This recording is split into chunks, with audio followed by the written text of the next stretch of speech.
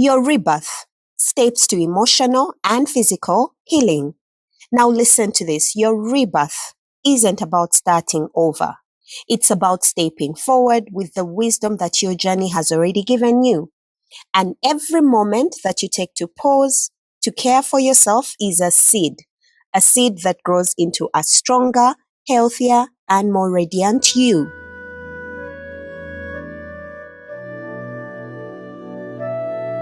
It's good to have you back here on the Hope Ignites Healing podcast.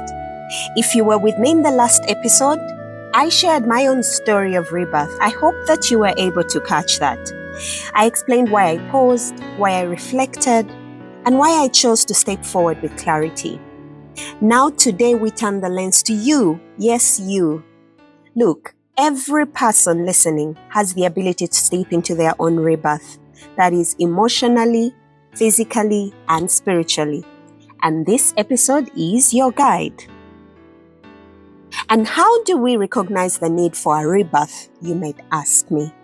Now listen, before you can step into something new, any of us, we have to see where we are at the moment. Where is your energy stuck? Your mind unsettled? Your body signaling that it's time for change? In fact, in medical consultations, that is where we start. Before you rush to write a prescription, give a management plan, it's important that we find out where is the patient at that time. Where are they stuck? What is stuck in their body, in their mind, in their environment? And then you work backwards. That leads you to a solution forward. And like we've always done in the past, I will start at story time. This story is about the birthing experience, the story of birthing a child, right? One that's familiar to all of us. Now, in birthing a child, step one, the idea of the child comes into the minds of the people planning for a child. I know sometimes it might be an unplanned child, but there is an idea of the process of making a child. The seed is planted into the womb of the mother. I'll save you the detail of how that happens. And guess what happens for 9 months? Every minute, every hour, every day, every week, this child is nurtured until their 9-month mark. In the ideal situation, the baby is ready to come forth. Mother and father are happy. Parents and family members are extremely happy. But guess what? The parents have no idea where this is going to lead them. Now, if I can go into my own scenario. In holistic healthy living, I teach my ladies, the ones that I support on this journey, about the importance of staying in the quiet. Quietness is extremely important to any lady desiring to live a whole life. It is the moment you listen, you heal, you strategize, you simply get deep into yourself. Now, I'll tell you that recently in my own quiet time, in my own time among the so many that I have, regularly, I went into that space whereby I was listening. Like I've mentioned, for healing, for strategy, then my spirit had a whisper. Something about 9 months. And I was wondering, was I pregnant? Was someone close to me pregnant? Was it a new baby coming within the family or close to me or friend or whoever? Now I kept wondering where this was coming from. And as I dug deeper into the quiet, my spirit was led to something about birthing, about a rebirth. And guess where it was leading? It was leading to the rebirth of my podcast. Of course, I found this by digging deeper into what the silence is giving me. And hence, this is the season of preparation. So the podcast has everything to do with the birthing experience and all it entails to birth something great, something new, something exciting. Now, I really hope that this season is leading us to something as great. If you stay with me through these episodes much longer, we together will be able to witness a true rebirth that is coming soon. So here is to your rebirth. Now it's about you. Here are some simple reflective prompts for you, my listeners, to check in with yourselves. Things like, where do you feel the tension in your body? What emotions have you been avoiding? Which areas of your life feel like you're on autopilot? If I can By the way, if I can connect this to patient-centered care, my passion in clinical practice, this is guiding you, for example, if you're a patient, into understanding and listening to your body and your emotions. And that is the first step in self-healing. So I'd like to take you through a maybe 60-second exercise. We're going to go through those stories, those questions together. I would like you to go still wherever you are. Sit comfortably. If you're driving, please park. Let's have some 1 minute together, and I'll show you what it means to reflect and review from the inside. You're going to scan through your body for any tension and discomfort. And wherever you notice it, we are not judging. Do not judge it, just acknowledge it's there, and let's move to the next. Shall we? Here we go. Now listen to me. As you close your eyes and scan through your body, where do you feel tension? Is it in your head? Scan through your head. Do you have a headache? Do you feel sore? Do you feel tensed up? And through your eyes, do they hurt? Do they feel calm when they're covered? Your nose, is it painful? Does it have allergies? Does it smell something good? Your ears, do they hurt? Are they itching? Is there pain? As we go on into the neck, what does it feel like as you swallow? Is it relieving to take a swallow? Is your neck stiff? Does it need to relax a bit? And to your shoulders, are they tensed up? Do they need to relax? As you go into your chest, do you need a deep breath? Are those lungs congested? Are you having chest pain? Or are you at ease? And then as we go on to your back, does it hurt? Do you have back pain, upper or lower back pain? Is your spine tender? Do you need to stretch it out a little so that you feel more relaxed? As we go further down, right to the front into your tummy, you've heard of ulcer-like pain, right? Is it truly physical or could it be emotional? How do you feel right now? Your tummy, is it tender? Is it sore? Is it soft? Your hips, your thighs, your knees, your upper leg, your lower leg, your feet. Do you have any sore muscles? Do the calves hurt? Or are they simply relaxed? And under your feet, what does it feel like under your feet? Any pains there? Your toes. When was the last time you felt the movement under your toes? Let's go on and check with the emotions that you have. Are there any you've been avoiding? Is it extra happiness? Is it excitement? Is it sadness? Is it anxiety? What have you been avoiding? Can we face it together? Then, what areas of your life feel like you've been on autopilot? You're just chasing under the wind. Is it your work? Is it your relationships? Is it your routines? Is it the way you eat your food? Are you just eating for the sake of it? Or do you love the taste of that food? Do you love the taste of water? Do you enjoy the benefit that that brings to your body? How do you feel? When was the last time you took a deliberate walk just to relax?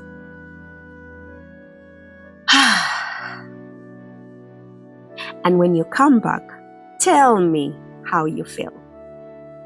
That took us just close to 60 seconds or slightly more just to check in with your body, with your mind, and with your emotions.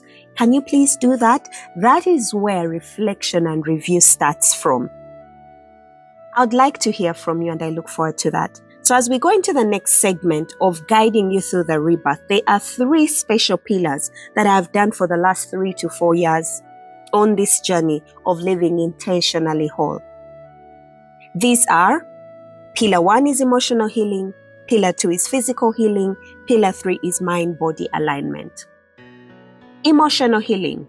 This is you letting go of whatever no longer serves you. You know how we hold on to grudges, unforgiveness, criticizing yourself, limiting beliefs that are keeping you from achieving a goal that you've intended to get done for the last so many days, months, or years.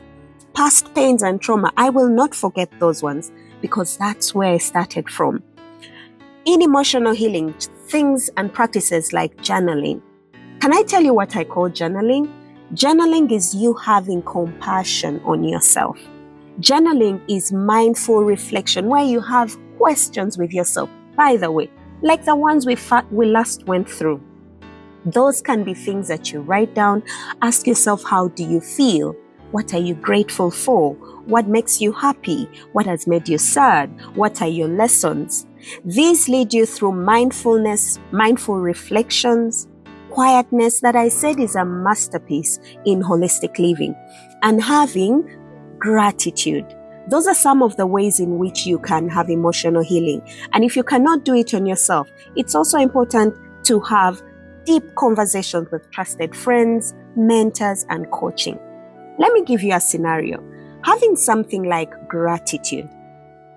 In a moment of gratitude, research has shown that you cannot be anxious at the moment you're being grateful. Can I tell you why? Because as you're being grateful, you're releasing feel-good hormones, you're releasing healing hormones in your body. And these slow down stress hormones and cause your body to actually feel good. So, gratitude and anxiety are not in the same sentence. I'll tell you that gratitude is an instant way to heal your body and start the cascade of healing processes. For emotional healing, you can tie in things like your story, the depth of you listening to yourself. I like this for patient-centered care. What is your story telling you about you? And I usually say we do not describe a patient with a disease. No, we say that this is a person that happens to have a disease. So guess what? Your story is important. Listen to what I have to say. Your emotions have wisdom for you. Please listen to them. And when we go into physical healing, we talk about simple actionable steps, things like hydration, nutrition. Nutrition is the quantity, quality, and timing of food. We talk about movement. Our bodies are meant to move. We talk about restorative sleep, not just how long you sleep, but the quality of the sleep you have. What are you doing before you go to bed? What are you doing when you wake up? Maybe this one should be another podcast on its own. In physical healing, we emphasize that healing is not punishment. Please, please, please do not push yourself or your body too hard, all in the name of healing. Do not push the gym too hard, whereby you're leading your body to go into stress and cortisol release.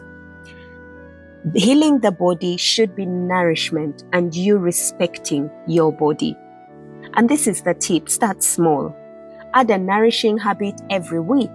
You can say that I'll have a 10-minute stretch every day this week. I'll have an extra glass of water every day, or I'll have a warm glass of water upon waking up, or a mindful meal where whenever I'm having my lunch, I shall be present. I'll look at the spoon, that's using my eye senses. My sight, I taste the food, that is using my tongue. I feel it going down and swallowing, that is using my gut. I see the beauty of food. I want to hear. I want to smell it. I want to be present. Do I like this meal? Do I not like this meal? That is for physical healing. And as you do it in the mind, it heals the body. That's why we go into mind-body alignment. In here, that's the third pillar. We're talking about practices that connect mental, emotional, and physical health. The things I've talked about: silence, mindfulness, meditation, breath work, gratitude, or gentle movement. I'm just really repeating what is in emotional and physical. And what do we need? That when the two are aligned, we have a complete human being that is healthy, that is rebirthed, like that little baby that was brought forth. I'd like to share an example so that it doesn't seem so theoretical of a daily routine that I use to reconnect my mind and body. You know how we awake to get into the rush of the day, quickly check your phone, run to the bathroom, have a quick shower, dress up, pick up something, run into the car, get into traffic, go to work, and you're literally in autopilot. I did that for years until now. When I get up, I deliberately slow down. I see my feet hit the ground, and then I take a pause, even if it's for 2 minutes. I just sit on the bed, feel the surface under my feet. How does it feel? Is it cold? Is it a carpet? Then I listen to the environment. What is it telling me? Are there dogs barking? Is there something or someone saying something in the horizon? I smell the air. Do I smell a night rose? Is it windy? Is it cold? Do I smell the scent of my partner? What is it that is in the air? Then I think about my day. What am I grateful for? And then I take a deep breath. That will not take me even 5 minutes. But do you know how much that benefits my body? That way I'm able to focus and slowly get into the day. And that just drives the rest of the day for me. As simple as that. Do you want to try out my routine? You're welcome to do that. Now, I would like to support you in building your rebirth rituals. I'd like to encourage you to create a personal rebirth ritual that suits you. I will not give a one-size-fits-all. All I need to say is you have to be consistent, you have to be intentional, create a practice that signals the start of transformation to you. These are some of the ones you can think about. Among the ones that I have shared, these are additional ones. You can think of a morning or evening reflection like I do. 5 to 10 minutes of just journaling, getting in touch with your heart, or meditating, or quietness. You can create a movement ritual. It could be a short walk, a swim, a stretch session to awaken your body before going to bed, or first thing in the morning. Micro resets during the day can help you a lot. That means you take a pause, you can deliberately take a deep breath, you can recalibrate just by slowing down. I like how James Clear talks about it in Atomic Habits. Creating a new habit, the best way is by adding to an already existing routine that you have. So for these rituals, tell yourself, when I stand up to go have my lunch, then I will take a deep breath, or then I will walk around the block, or when I complete my meal, then I will take a walk around the block. Or when I switch off the lights to get into bed, then I will do a 1-minute stretch. Or when I wake up in the morning, then I will get my glass of water, because either way you're going to wake up, right? So add in something that before I go to the bathroom, I will get a cup of water. Things like those. Now, this is me highlighting the importance of small, consistent steps that are much better over dramatic changes. You're going to create sustainable healing that always grows gradually and becomes a lifestyle. Do you now understand why this rebirth episode was right on time? Because we need to set your rebirth so that you live in a life of holistic healing forever. So as usual, as practice was, I create affirmations that will take us through this and affirm that we can do this together. Join me on these affirmations as we say them together. Shall we? I embrace my rebirth, not as a chance to erase the past, but as a gift to walk forward with greater wisdom. Every lesson behind me strengthens my steps ahead, and I move into this new season anchored in hope, health, and healing. Each pause I take is sacred. In stillness, my body restores, my mind clears, and my spirit awakens. With every act of rest and care, I plant seeds of resilience that blossom into a stronger, healthier, and more vibrant me. I choose myself with compassion. Every nourishing choice in food, in thought, in rest becomes medicine for my body and soul. I honor my journey, and in doing so, I rise each day renewed, radiant, and whole. And I start today, right now. Well done, my audience. Well done, my people. It's always exciting to lead you through this. Now, I'd like to invite you to share with me your rebirth intentions or rituals. Let's hold each other accountable. Share with me on LinkedIn. Join any of my communities. By the way, soon I'll be creating a community where we're speaking the same language that will capture all the people interested in my programs. So let me know about your rebirth rituals. Remember, I like LinkedIn. That's my favorite play area. Share with me. Send me an email. I'd like you to remember that rebirth is ongoing. It's not a one goal score, a one-time goal score. It doesn't happen all at once. No. Each small step counts towards the version of you that feels whole, alive, and aligned. But one thing I want to do is to encourage the reflection to keep going. This week, pick one habit to add that supports your emotional, mental, and physical rebirth. And please share the difference. First of all, notice the difference that happens in your life and then share it with me. And remember, your rebirth isn't about starting over. It's about stepping forward with the wisdom your journey has already given you.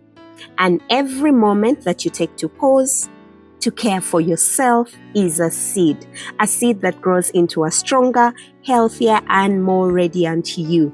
I can't wait to hear your rebirth stories. Your rebirth begins from within, from the stillness that I teach my ladies, the awareness, and the gentle courage to choose yourself. Now, until next time, keep choosing hope, keep choosing health, and embrace your journey towards true holistic health and healing, like I have done. Your host, Dr. Lillian Kaliisa, here to serve you and especially to add the glow to medicine. I'll see you on the next episode. Take care of yourself. Bye-bye.